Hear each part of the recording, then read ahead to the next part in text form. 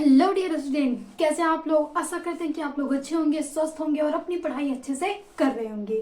तो आज एक हम बहुत ही इम्पोर्टेंट मुद्दे पे बात करने वाले हैं जो कि है रिलेटेड आपसे प्रैक्टिकल के, क्योंकि 25 जनवरी से सभी यूपी बोर्ड्स में जो भी प्रैक्टिकल हैं वो स्टार्ट हो जाएंगे होना, और 2 फेज में होंगे। एक 25 से चलेगा, फिर उसके बाद फरवरी में 9 फरवरी तक पूरे जिले में आपके वाहिवा प्रैक्टिकल वाहिवा स्टार्ट हो जाएंगे क्लास 12th के। तो एक मोटिवेशन लाइन हमेशा याद रखिएगा कि कभी भी अकेले चलने से डरिए मत, कि कभी भी अकेले चलने से डरिए मत, क्योंकि शमशान, शिखर और सिंहासन पर इंसान हमेशा अकेला ही होता है।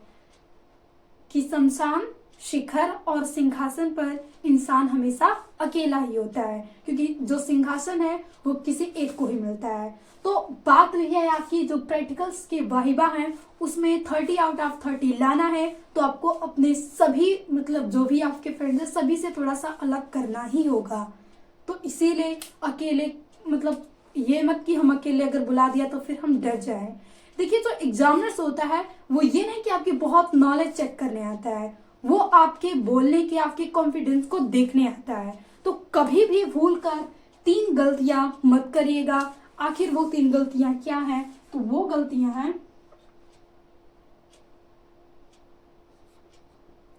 जो भी आपके पास वाइवा टीचर्स आएंगे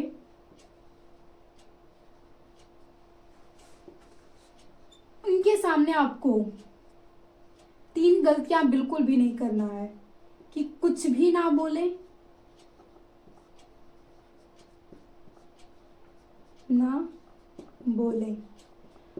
अगर एग्जामिनर्स जो होते हैं, जो वाइवा टीचर्स आपके आते हैं आपके वाइवा को लेने के लिए, तो देखिए वो ग्रुप में अगर आपको बुलाते हैं और कोई भी क्वेश्चन कर रहे हैं, तो अगर कोई भी नहीं बोल रहा है तो आप भी ये मत सोचिएगा कि अगर कोई आंसर नहीं दे रहा है तो मैं ना दूं।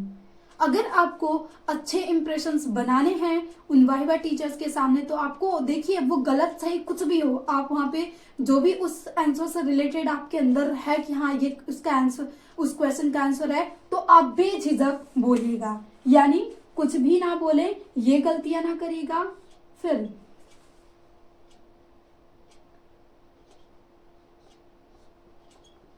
डर डर के भी बिल्कुल ना बोलिएगा, बिल्कुल ना बोले। ऐसे होते हैं ना, कुछ बच्चों को चीजें आ भी रही होती हैं, तो वो सबके साथ ऐसा होता है। वो कहा जाता है ना कि गला सबका सूखता है लेकिन डर की आगे जीत है। तो आप बहुत आपके पास ऐसे घबराहट हो रही है, तो थोड़ा एग्जामिनर्स के सामने एक लंबी सांस लीजिएगा और फिर उसके बाद रिलैक्स होके जो भी वो क्वेश्चन कर रहे हैं, आपको अगर आंसर आ रहा है तो उसे अच्छे से धीरे धीरे बताते जाएगा। ये नहीं कि हड़बड़ी में हम सारे जो शब्द हैं हमारे इधर के उधर होते जाए, तो फिर वो जान जाता है कि ये बच्चा क्या है, बहुत डरा हुआ है, इसके पास कॉन्फिडेंस नहीं है। तो आपको भी डर डर के तो बिल्कुल भी नहीं बोलना है, जो भी आ रहा है उसको स्ट्रेट फॉरवर्ड बोलते जाएंगे। और तीसरी गलती ये है कि आप ओवर कॉन्फिडेंस बिल्कुल भी ना दिखाइएगा।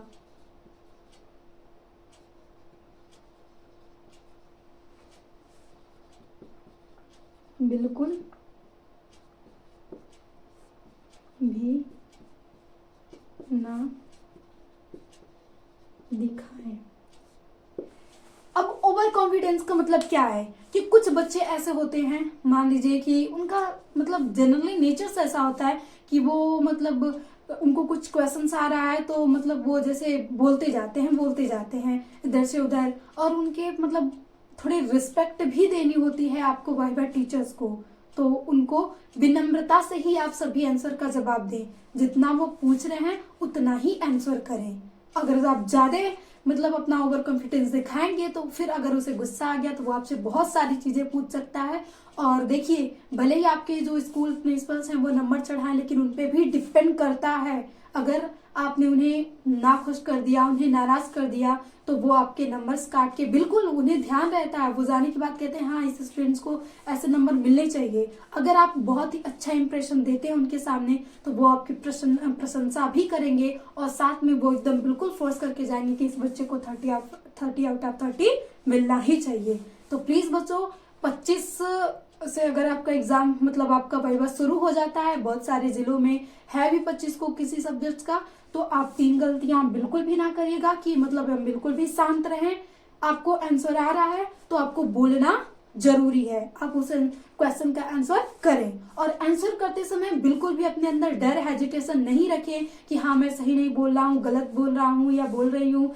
मतलब आपकी जो जुबान है वो बिल्कुल भी लड़खड़ानी नहीं चाहिए। और तीसरे थिंग्स कि आपको ओवर कॉन्फिडेंस बिल्कुल भी नहीं दिखाना है कि आप बहुत सारे जो मतलब बॉयज होते हैं, मतलब जो हमारे भाई हैं, आजकल की जनरेशन ऐसी है कि उन्हें गुस्सा तो बहुत तेज आता है। तो अगर एग्जामिनर्स कुछ ऐसा कुछ बोल दिया कि मतलब तुम लोग क्या पढ़े हो, ये सारी चीजें अगर उसने बोल दिया, मान लीजिए बहुत सारे स्टूडेंट उनको कुछ नहीं आता है तो उन्हें भी तो गुस्सा आता है कि वो एग्जामिनर्स वाइवा लेने और आप कुछ बोल ही नहीं रहे, तो वो कुछ तो बोलेंगे। तो आप अगर आपके पास आ रहा है तो कभी ज्यादा बोलने की कोशिश भी ना करिएगा। मतलब ये 3 गलतियां आपको नहीं करनी है। करना ये है कि आपको पूरे विनम्रता पूर्वक करना, कि आपको विनम्रता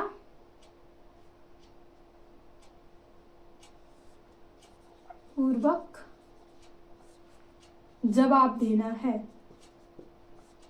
जवाब देना है उनके सामने पूरे, जैसे एकदम विनम्रता से। अपनी बॉडी लैंग्वेज को भी अच्छे से रखिएगा और जो अपनी वॉइस लैंग्वेज होगी उसे भी बहुत नॉर्मल रखिएगा, क्योंकि ये वाणी आपको बहुत ही बड़ी जंग से जिता भी सकती है और हरा भी सकती है। वाणी में बहुत ही शक्ति होती है, बहुत ही पावर होती है। तो बस विनम्रता लाइएगा, क्योंकि विनम्रता एक ऐसा शब्द है कि अगर आप इसे यूज करते हैं तो आप शिखर तक जा सकते हैं। अगर जिस दिन ने आपने विनम्रता को छोड़ा तो अगर आप शिखर पे हैं तो सीधे नीचे भी आ सकते हैं। तो प्लीज विनम्रता पूर्वक उनके जो भी क्वेश्चन के आंसर है उन्हें देते रहिएगा। अगर आपको मतलब ऐसा लग रहा है कि कुछ गलत है तो वो बिल्कुल भी नहीं कि हाँ तूने गलत बताया, तुझे कुछ भी नहीं आता, वो ऐसा नहीं बोलेंगे। वो कहेंगे कि हाँ बच्चे बोल रहे हैं, और वो बताएंगे भी कि हाँ मतलब बच्चे ऐसे नहीं ऐसे होगा, अगर आप विनम्रता पूर्वक बोल रहे हैं तो। और अगर मान लीजिए कि वो कुछ अलग क्वेश्चन पूछ रहे हैं, क्योंकि होता है कि कभी कभी उनके दिमाग में इधर उधर के क्वेश्चन आते हैं तो वो पूछ लेते हैं। अगर आप उसका आंसर नहीं आ रहा है, पर्सनली आपसे पूछा जा रहा है, तो आप उन्हें विनम्रता पूर्वक कह दिए, सर मैंने ये जो चार्ट है या जो फाइल है ये तैयार किया है, प्लीज आप हमसे इससे क्वेश्चन करें, हम इसका जवाब देंगे। तो वो अब कभी भी आपको डांटेंगे नहीं या आपके नंबर कम नहीं करेंगे, बजाय वो बहुत ही हैप्पी हो जाएंगे, बहुत ही प्रसन्न हो जाएंगे और आपके जो चार्ट ले गए हैं, जो फाइलें ले गए हैं, उससे वो क्वेश्चन पूछेंगे और आपने अगर उसका अच्छे से जवाब दिया तो वो आपको अच्छे नंबर देके जाएंगे। तो इतनी ही प्रैक्टिकल्स के बारे में बताना जरूरी था। तो प्लीज अपने दोस्त फ्रेंड को भी शेयर करिएगा कि ताकि वो अपने वाइवा से पहले इसे देख ले और उन्हें हेल्प हो सके कि हमें कैसे वाइवा देना है। और डर तो हमेशा अपने अंदर नहीं रखना चाहिए और ना ही ओवर कॉन्फिडेंस रखना चाहिए। एक विनम्रता पूर्वक बॉडी लैंग्वेज बना के विनम्रता पूर्वक हमें उनके क्वेश्चन के जवाब देने चाहिए। तो अगेन थैंक यू, इतना ही बताना था। इंफॉर्मेशन बहुत ही हेल्पफुल है, तो अपने दोस्तों को शेयर करते रहिएगा ताकि उनकी भी हेल्प हो सके, क्योंकि बहुत ही बच्चों को बहुत ही ज्यादा टेंशन होती है। लगभग सभी की बात करें तो और होती है भाई। पहली बार अगर हम कोई अनजान समय आके पूछता है और हम कभी उसे जाने नहीं रहते हैं तो हम डर तो जाते ही हैं, लेकिन हमें इस डर को हरा के अपने जो भी हमने मेहनत की है उसे दिखाना है। तो अगेन थैंक यू, मिलते हैं नेक्स्ट सेशन में। Always be positive and be happy.